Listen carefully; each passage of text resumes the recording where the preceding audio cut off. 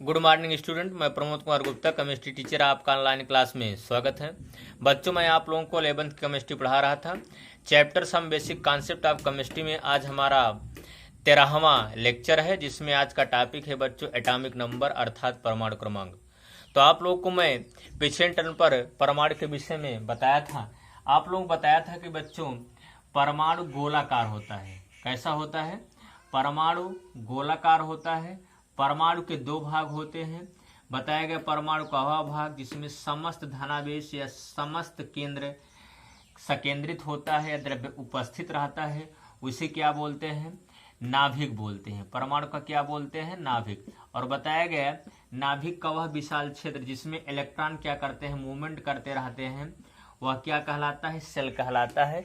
यह परमाणु का कौन सा भाग है? दूसरा भाग है। बच्चों, आप लोगों को बताया गया था कि परमाणु के मुख्य रूप से 3 मूल कण होते हैं, इलेक्ट्रॉन, प्रोटॉन और न्यूट्रॉन। अभी हम बता रहे हैं आप लोगों को कि इलेक्ट्रॉन क्या होता है? नाभिक के बाहर क्या करता है? मूवमेंट करता रहता है, चक्कर लगाता रहता है। इसका मतलब यहाँ जो प्रोटॉन और न्यूट्रॉन होता है बच्चों, प्रोटॉन और न्यूट्रॉन नाभिक के अंदर रहता है।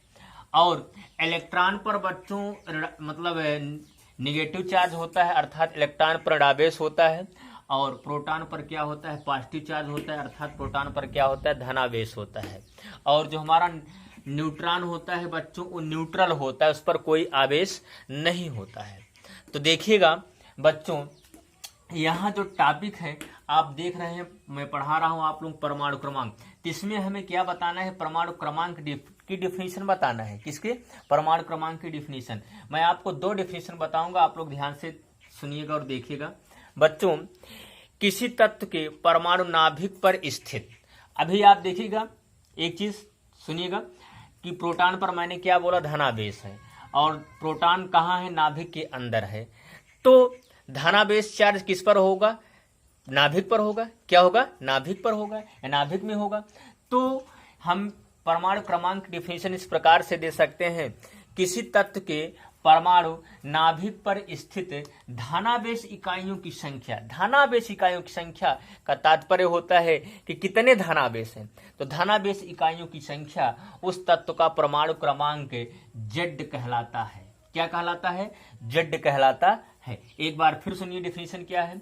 किसी तत्व के परमाणु नाभिक पर स्थित धनावेश इकाइयों की संख्या उस तत्व का परमाणु क्रमांक Z कहलाता है। अर्थात बच्चों, किसी तत्व के नाभिक में जितने धनावेश होंगे उस तत्व का वही उतना क्या होता है? परमाणु क्रमांक होता है। ठीक। अब फिर एक दूसरी डिफिनीशन क्या है? किसी तत्व के परमाणु नाभिक में उपस्थित प्रोटॉनों की संख्या को उस तत्व का क्या कहते हैं? परमाणु क्रमांक कहते हैं। प्रोटॉनों की संख्या। ठीक। तो यहां देखिएगा, जैसे मैंने यहां ले लिया बच्चों, यहां एक एग्जाम्पल ले लिया, जैसे ले लिया कार्बन 6। क्या ले लिया? कार्बन 6 और 12 ले लिया। मैंने एग्जाम्पल ले लिया। आपको बताया गया है जो नीचे लिखी गई जो आदत है वो क्या है? परमाणु क्रमांक है। क्या है? परमाणु क्रमांक अर्थात क्या होता है? एटॉमिक वेट, एटॉमिक नंबर है। ये आपका क्या है? द्रव्यमान संख्या है। क्या है? द्रव्यमान संख्या है। तो आपका ये द्रव्यमान संख्या है, इसी को हम परमाणु भार भी बोलते हैं। अब देखिए, यहां कार्बन 6 है। आपको ये भी बताया गया है कि ये परमाणु क्रमांक है 6। तो इसके नाभिक में बच्चों 6 प्रोटॉन है। कितने प्रोटॉन है? 6 प्रोटॉन है। अगर एक प्रोटॉन पर 1 धनावेश होता है तो 6 प्रोटॉन है। कितने धनावेश है? 6। तो हम 6p+ लिख सकते हैं। इसका मतलब है इसके नाभिक में बच्चों 6 धनावेश हैं। कितने हैं? 6 धनावेश हैं। और प्रोटॉनों की संख्या भी कितनी है? 6 है। तो मैंने यह डिफिनीशन बताया कि किसी तत्व के परमाणु नाभिक में उपस्थित धनावेश इकाइयों की संख्या को उस तत्व का परमाणु क्रमांक Z कहते हैं। अर्थात कार्बन 612 के नाभिक में 6 धनावेश इकाई है, तो उस तत्व का परमाणु क्रमांक कितना है? 6 है। दूसरी डिफिनीशन मैंने आप लोगों को बताया, किसी तत्व के परमाणु नाभिक में उपस्थित प्रोटॉनों की संख्या को उस तत्व का क्या बोलते हैं? परमाणु क्रमांक Z कहते हैं। तो कार्बन 612 के नाभिक में 6 प्रोटॉन है, तो इसीलिए इसका परमाणु क्रमांक क्या है बच्चों? 6 है। ये तो हो गया, मैंने आप लोगों को परमाणु क्रमांक की डिफिनीशन बताया। अब यहाँ मैं आप लोगों को दूसरा टॉपिक बताने जा रहा हूँ बच्चे। तो पहला टॉपिक था, दूसरा टॉपिक है द्रव्यमान संख्या, क्या बच्चों, सॉरी, द्रव्यमान संख्या, ठीक। मास नंबर हम कह सकते हैं इसको, क्या बोल सकते हैं, मास नंबर, इंग्लिश में इसको मास नंबर, ठीक। अब इसकी डिफिनीशन जानिए बच्चों, क्या है इसमें। देखिए आप देख रहे हैं कि हमारा कार्बन 612 है, ऊपर लिखी हुई संख्या अर्थात 12 क्या है, द्रव्यमान संख्या है, क्या है, द्रव्यमान संख्या है। और बच्चों कार्बन के जब हम स्ट्रक्चर बनाते हैं, परमाणु स्ट्रक्चर बनाते हैं, तो उसके नाभिक में 6 प्रोटॉन होते हैं और क्या होते हैं, 6 न्यूट्रॉन होते हैं। और इलेक्ट्रॉन कितने होते हैं, 6 होते हैं। के सेल में 2 इलेक्ट्रॉन रहेंगे बच्चों, आपका जो एल सेल होता है उसमें 4 इलेक्ट्रॉन होते हैं। ये मैंने यहाँ कार्बन का स्ट्रक्चर बनाया, परमाणु स्ट्रक्चर बनाया। अब यहाँ देखिएगा इसमें कितने हैं, यहाँ द्रव्यमान संख्या 12 है और यहाँ 6 प्रोटॉन है और 6 न्यूट्रॉन है। तो हम डिफिनीशन इसकी इस प्रकार से दे सकते हैं, आप इससे देखकर यह स्पष्टली परिभाषित कर सकते हैं बच्चों, किसी तत्व के परमाणु नाभिक में उपस्थित प्रोटॉनों और न्यूट्रॉनों की संख्या को उस तत्व का द्रव्यमान संख्या एक कहलाता है। क्या कहलाता है, एक कहलाता है। किसके योग को, प्रोटॉनों और न्यूट्रॉनों की संख्या को। तो हम क्या लिख सकते हैं, ए इक्वल टू पी प्लस क्या लिख सकते हैं बच्चों, एन। ए मीन्स क्या होता है, द्रव्यमान संख्या, पी मीन्स क्या होता है, प्रोटॉन, एन मीन्स क्या होता है, न्यूट्रॉन। तो जो द्रव्यमान संख्या की यहाँ जो डिफिनीशन है बच्चों, किसी तत्व के परमाणु नाभिक में उपस्थित प्रोटॉनों और न्यूट्रॉनों की संख्या के योग को द्रव्यमान संख्या एक कहते हैं या एक कहलाता है। मैंने यहाँ कार्बन का ले लिया। एक मैं और आप लोगों के सामने एग्जाम्पल लेने जा रहा हूँ, आप लोग देखिएगा। जैसे मैंने बच्चों क्या ले लिया, ये नाभिक हो गया किसी परमाणु का। मैं लिथियम का स्ट्रक्चर बनाने जा रहा हूँ। किसका स्ट्रक्चर, लिथियम का। लिथियम का स्ट्रक्चर मैंने बना दिया बच्चों। लिथियम का देखिए, लिथियम का जो परमाणु क्रमांक होता है वो बच्चों, लिथियम का जो परमाणु क्रमांक होता है वो आपका 3 होता है। कितना होता है बच्चों, 3। और द्रव्यमान संख्या कितनी होती है, 7 होती है। तो इसके नाभिक में जो प्रोटॉनों की संख्या कितनी है, 3 है। और न्यूट्रॉनों की संख्या कितनी है, 4 है। और इलेक्ट्रॉन के सेल में 2 हैं और एल सेल में कितने हैं, 1 है। तो यहाँ आप देख रहे हैं प्रोटॉनों की संख्या 3 है, न्यूट्रॉनों की संख्या क्या 4 है। तो 4 3 कितना हो गए, 7। तो अब हम इस एग्जाम्पल से और भी हम स्पष्ट कर सकते हैं कि किसी तत्व के परमाणु नाभिक में उपस्थित प्रोटॉनों और न्यूट्रॉनों की संख्या को योग को द्रव्यमान संख्या कहते हैं। इसमें आप देख रहे हैं 3 प्रोटॉन और 4 न्यूट्रॉन है लिथियम की परमाणु स्ट्रक्चर में। तो यहाँ देख रहे हैं इसकी द्रव्यमान संख्या लिथियम की कितनी है, 7 है। ठीक, ये तो मैंने आप लोगों को बता दिए बच्चों, द्रव्यमान संख्या और क्या बताया, परमाणु क्रमांक बताया। अब मैं आप लोगों को परमाणु भार की डिफिनीशन बताऊंगा। क्या बताऊंगा बच्चों, परमाणु भार। क्या, परमाणु भार। ठीक, यहां एटॉमिक वेट। क्या, एटॉमिक वेट। एटॉमिक वेट की डिफिनीशन देखिएगा आप लोग। देखिए बच्चों, किसी तत्व की परमाणु भार वह संख्या है जो यह प्रदर्शित करती है उस तत्व के औसत, उस तत्व की एक औसत परमाणु का कार्बन 12 समस्थानिक के एक परमाणु के द्रव्यमान के 1/12 भाग से कितना गुना भारी है, वह क्या कहलाती है, परमाणु भार। यहां मैं कार्बन 12 समस्थानिक लिया हूं, आप यहां ऑक्सीजन 16 समस्थानिक भी ले सकते हैं। ऑक्सीजन 16 समस्थानिक, क्लोरीन 17 समस्थानिक।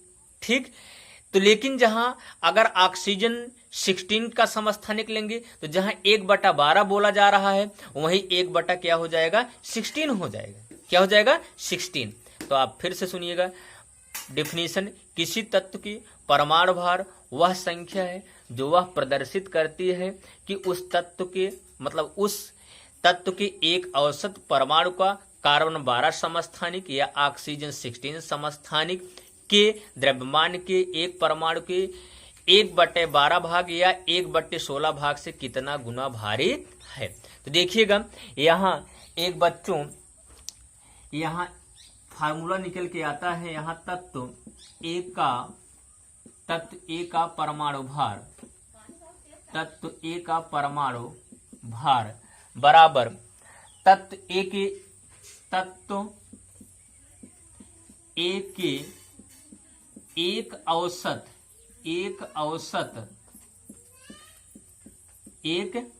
औसत परमाणु का द्रव्यमान,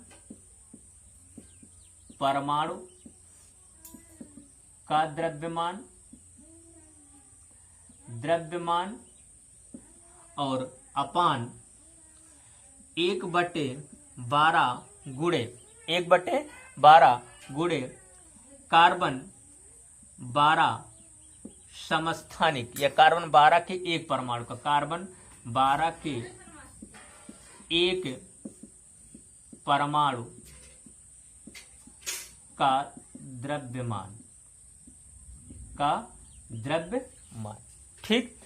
तो यहां हम बच्चों आप लोग यहां बताए कि तत्व ए का परमाणु भार बराबर तत्व ए की एक औसत परमाणु का द्रव्यमान, एक औसत का परमाणु द्रव्यमान बटे 1/12 गुणे कार्बन 12 के एक परमाणु का द्रव्यमान। यहाँ हम जो कार्बन ले रहे हैं 16 ले रहे हैं, सॉरी 12 ले रहे हैं, यहाँ पर O16 भी ले सकते हैं, यहाँ पर O16 भी ले सकते हैं इसके स्थान पर। तो जब हम O16 लेंगे बच्चों तो यहाँ जो 1/, क्या लिखे हैं 12 लिखे, तो यहाँ क्या हो जाएगा 1/16 हो जाएगा, क्या हो जाएगा 1/16 हो जाएगा। ये क्या हो गया आपका डिफिनीशन हो गया, एक मतलब फार्मूला हो गया। एक बार आप डिफिनीशन फिर सुन लीजिए बच्चों। किसी तत्व की परमाणु भार वह संख्या है जो यह प्रदर्शित करते हैं उस तत्व के एक औसत परमाणु का कार्बन 12 या हम ऑक्सीजन 16 ले लेते हैं, कार्बन 12 समस्थानिक के एक द्रव्यमान के परमाणु के 1/12 भाग से कितना गुना भारी है। अब चलिए यहाँ मैंने आप लोगों को ये बता दिया, फिर मैं आप लोग को यहाँ बताने जा रहा हूं क्या, ग्राम परमाणु भार। अगला टॉपिक है ग्राम परमाणु भार। इसको हम इंग्लिश में बोलते हैं ग्राम एटॉमिक वेट। क्या बोलते हैं?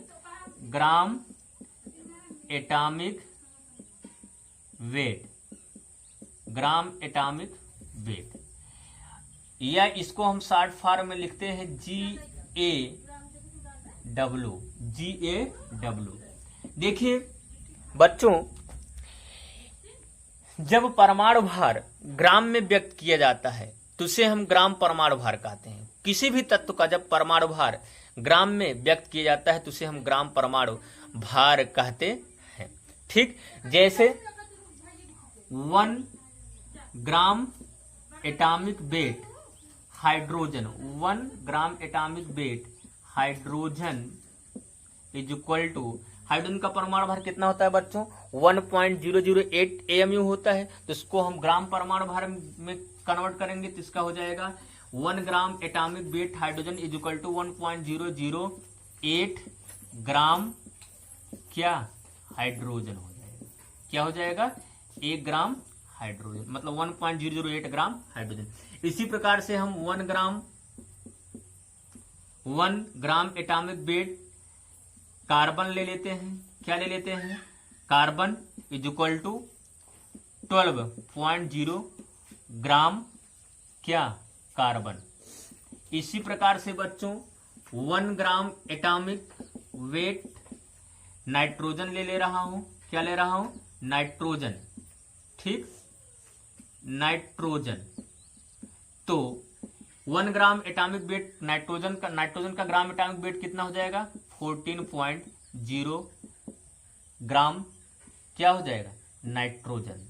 ठीक, अभी आप लोगों ने देखा कि यहां बताया गया कि जितने किसी भी तत्व का जो परमाणु भार होता है उसी को ग्राम में कन्वर्ट कर दिया जाता है, तो वही क्या होता है? ग्राम परमाणु भार। मैं आप लोगों को बच्चों अगले टर्म पर अणु की डिफिनीशन और उनके प्रकार और अणुभार कैलकुलेट करने के विषय में बताऊंगा। आज के लिए बस इतना ही।